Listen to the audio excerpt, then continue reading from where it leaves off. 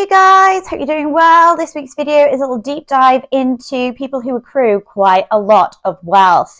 You might know these people as billionaires, and the big quickie deep dive question this week is, are billionaires ruining the world?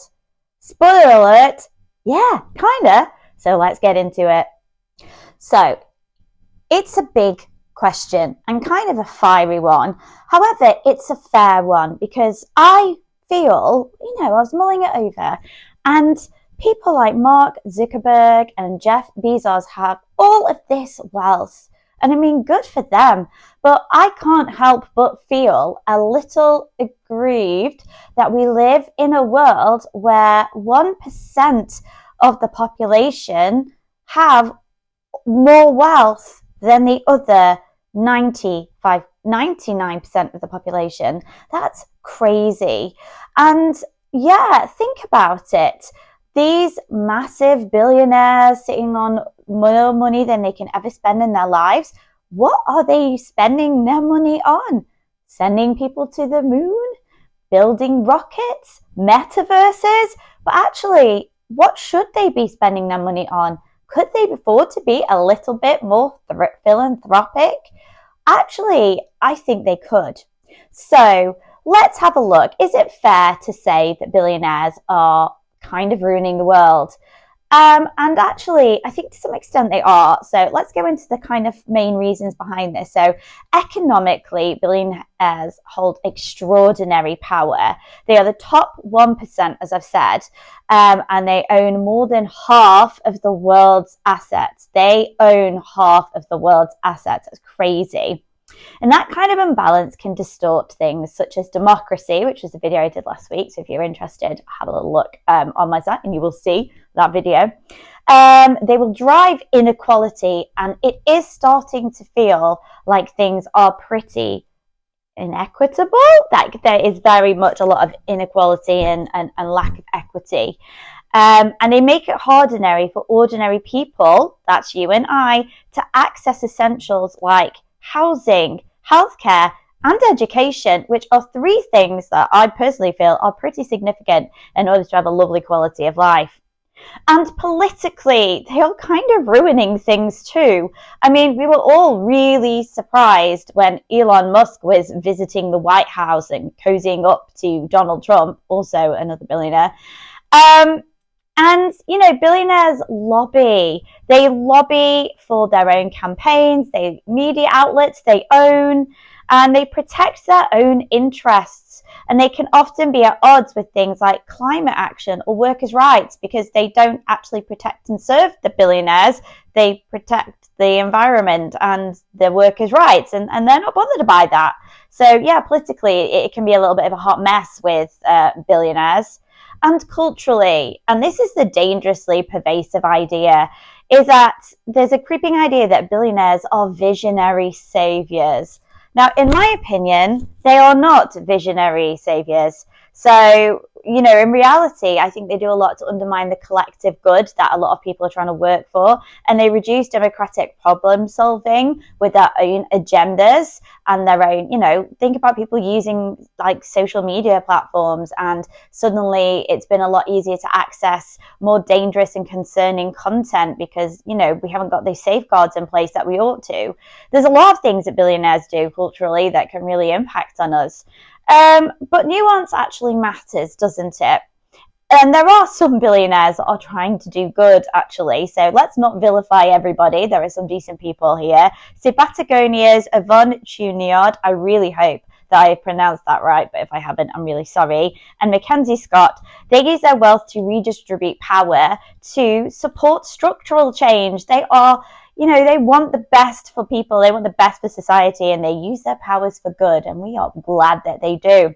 And the problem isn't that individuals are rich per se. I mean, there's nothing wrong with being rich. And again, I'm not vilifying a group here. It's the system that allows extreme wealth accumulation.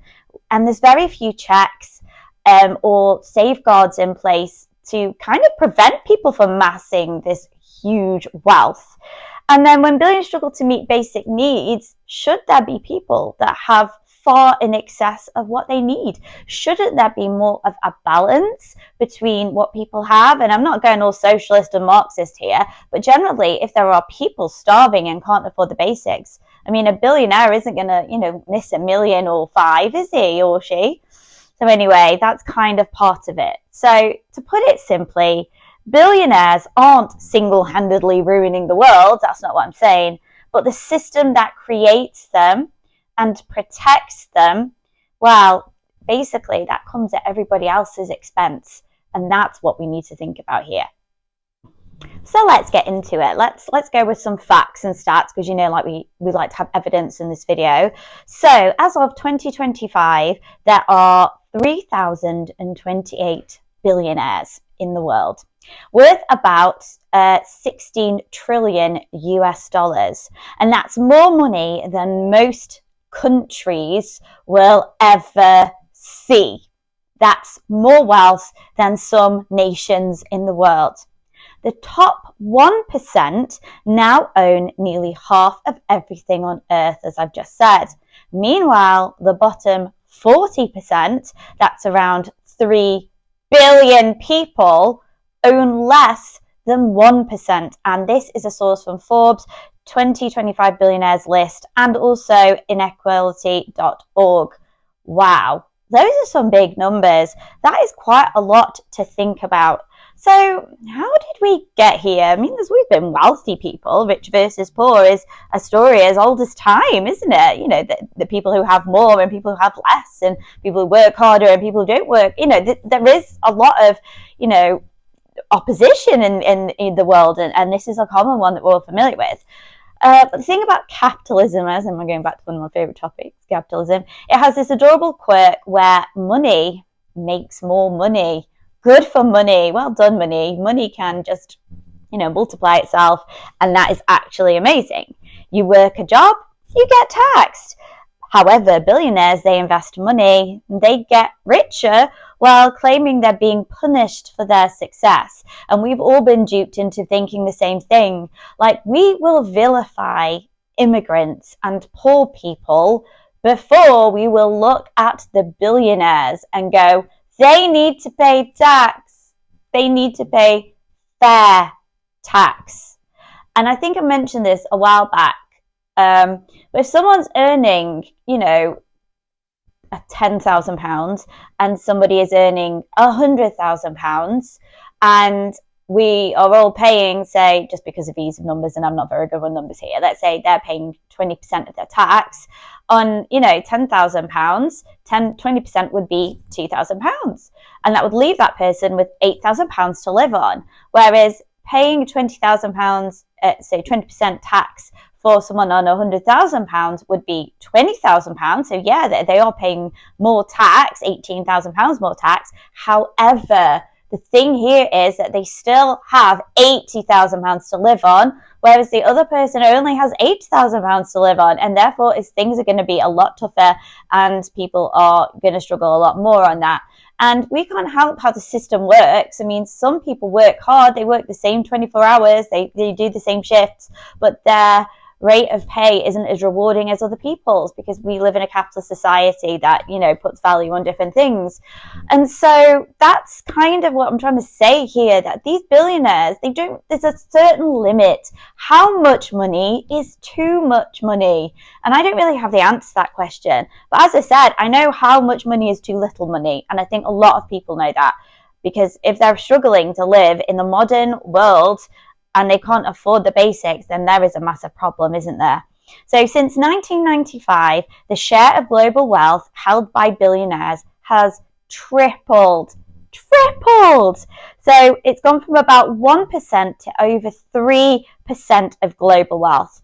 And that's not innovation, that's a vacuum cleaner for money.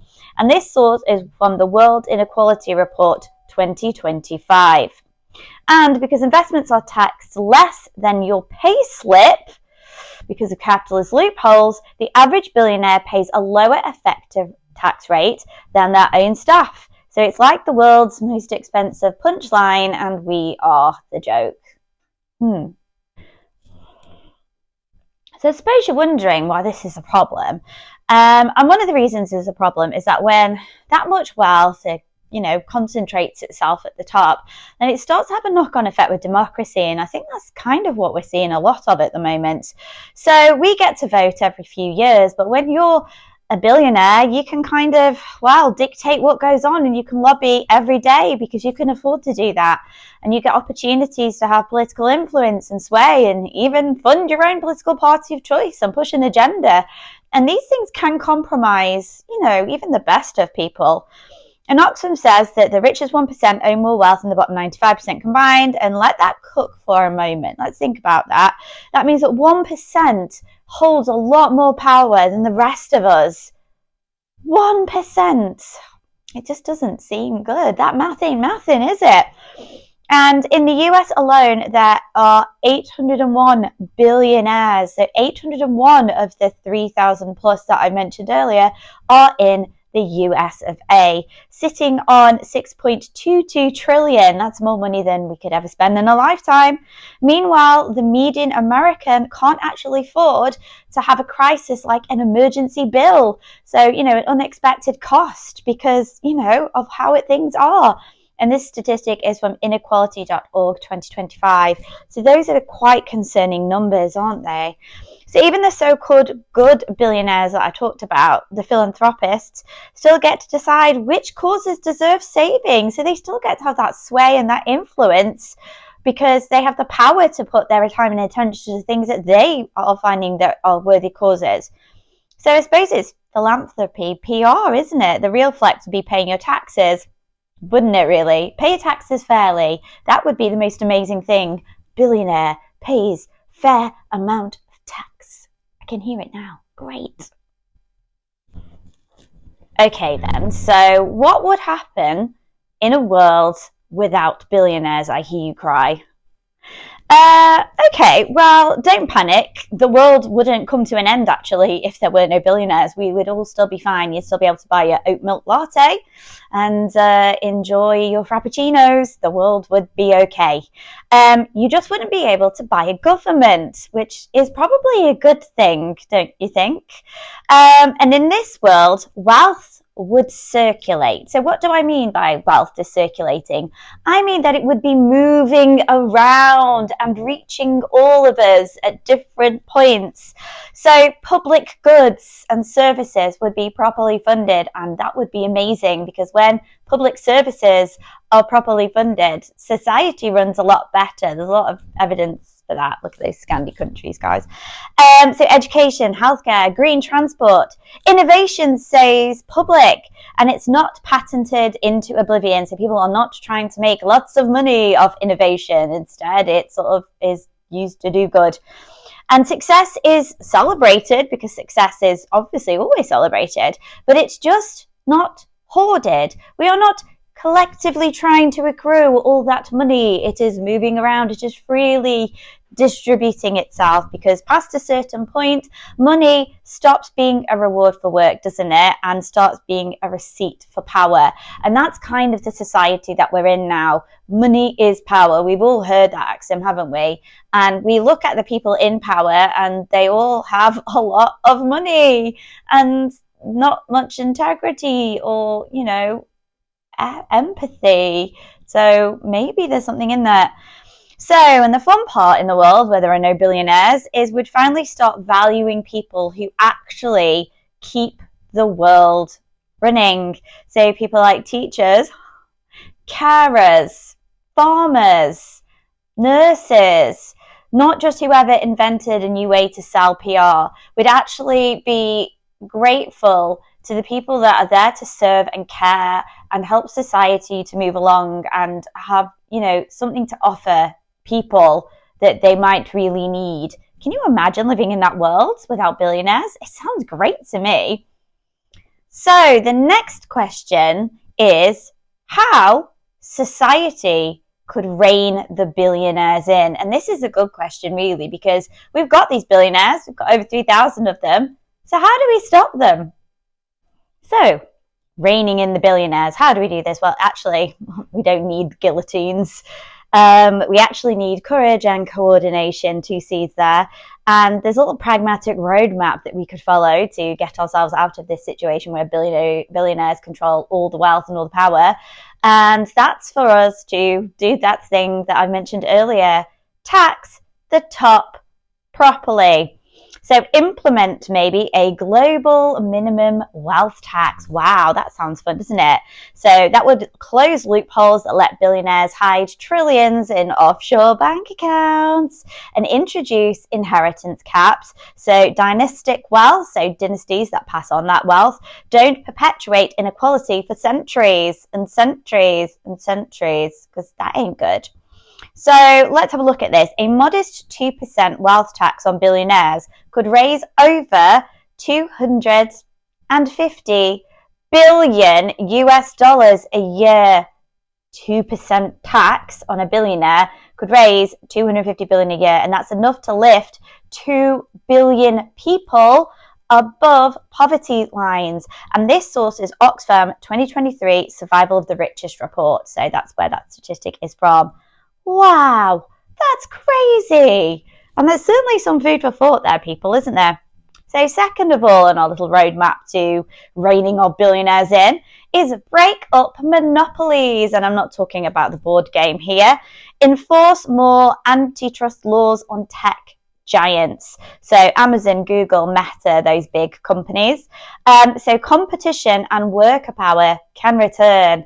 And support cooperatives, community-owned enterprises, and local ownership models. Obviously, cooperatives are a British idea, so yay us, and obviously are built on fairness and a lot more equity. And interestingly, tech giants shouldn't own half the internet, and I think that makes sense, and it goes back to that cultural control that I talked about earlier. When billionaires control a third of the world's top 50 corporations, competition and democracy both suffocate. And again, this is from Oxfam 2024. So Oxfam are doing a lot of research on this and have got a lot of facts and stats to support the points that we're making here. So that's crazy, isn't it? What else is on our little list of things to do that we can help rein in our billionaires? So strengthen labour power, as in the workforce. And this could be because of unionisation or enforcing living wages, so real wages that people can afford to live on. And give workers seats on corporate boards. Listen to their voices. And this happens in parts of Europe. You know, Europe sometimes do have some really progressive ideas, don't they? And shift from shareholder capitalism to stakeholder capitalism. It's more about the stakeholders rather than the shareholders, where decisions must account for workers, communities, and the planet, because people therefore have a better end goal, and it's not about personal greed or wealth, isn't it?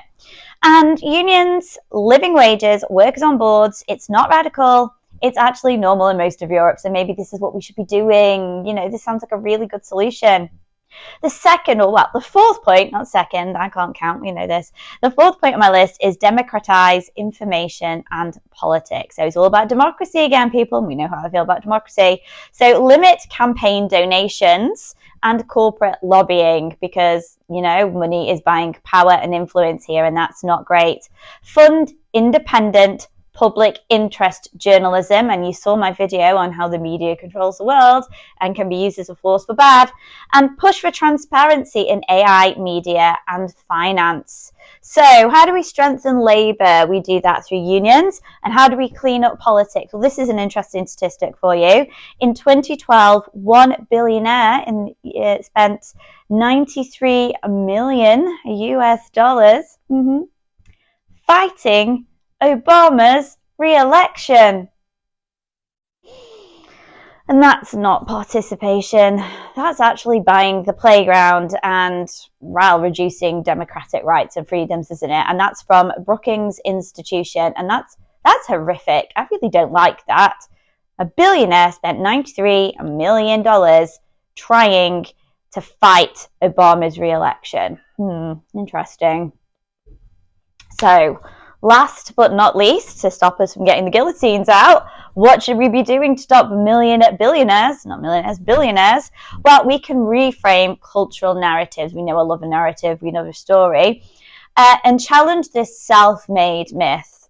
Most of these billionaires are not self-made. Most billionaires were boosted actually by public education, infrastructure, or state-funded innovation. We helped to get them where they need to be. Think about that. And tech economic literacy, so people understand systems and not just individuals, okay? So we need to stop worshipping the billionaires like they are Tony Stark. You know, most of these people started with massive advantages in the first place and favorable policies to enable them to be in their position of wealth and privilege. And this is a system that we need to fight against. So those are 5 key strategies that we can employ to help society rein in the billionaires. So what's the takeaway from this? So the takeaway is that billionaires may actually not be the problem. It's the system, and the system needs to change. And the only people that can change the system are us. We have that power. So why don't we? Why can't we put in these simple strategies to help make the world a better, fairer, or more equitable place? So a world without billionaires isn't envy, it's sanity, isn't it, really? No one should have so much wealth that they can warp reality where others can't even afford their rent or the grocery shop or to get new shoes for their kids. You know, it's not about envying billionaires. It's about billionaires realizing and being aware that the rest of the world might not be living in the same circumstances of them. And instead of putting women in a rocket, we could actually do something better. We could be using that money for good. And the rich aren't gods. We should not be worshipping at the altar of wealth, should we really? There are far more important things. Wealth can't always buy you health. It can't always buy you happiness. I mean, it helps, I'm sure, but actually at the end of the day, circumstances can affect everybody, and wealth isn't always going to be the protecting factor here. So, you know, we've got some lucky players in the rigged game of who's a billionaire, and it's okay, not necessary, but it's time to say enough is enough, because quite frankly, maybe it is. So if you'll excuse me, I'm going to go off to start a GoFundMe so I can buy X, because I, want to get into that billionaires club myself. No, actually I don't. But what do you think? Do you agree with me here? Do you think I make sense? Are these points that you think too? Or do you absolutely have the opposite? Do I sound envious here? Is this jealousy of these people with all of this money and all of this power? Do you think we would be the same if we had all that money and all that power? I mean, I don't have that money and power, so that's probably hard for me to put myself in that situation. As always, I look forward to hearing your views and your ideas on this. Feel free to like, subscribe, comment. It's always great to hear from you, and I'm going to leave it there for now. So, ta-ta for now. Bye.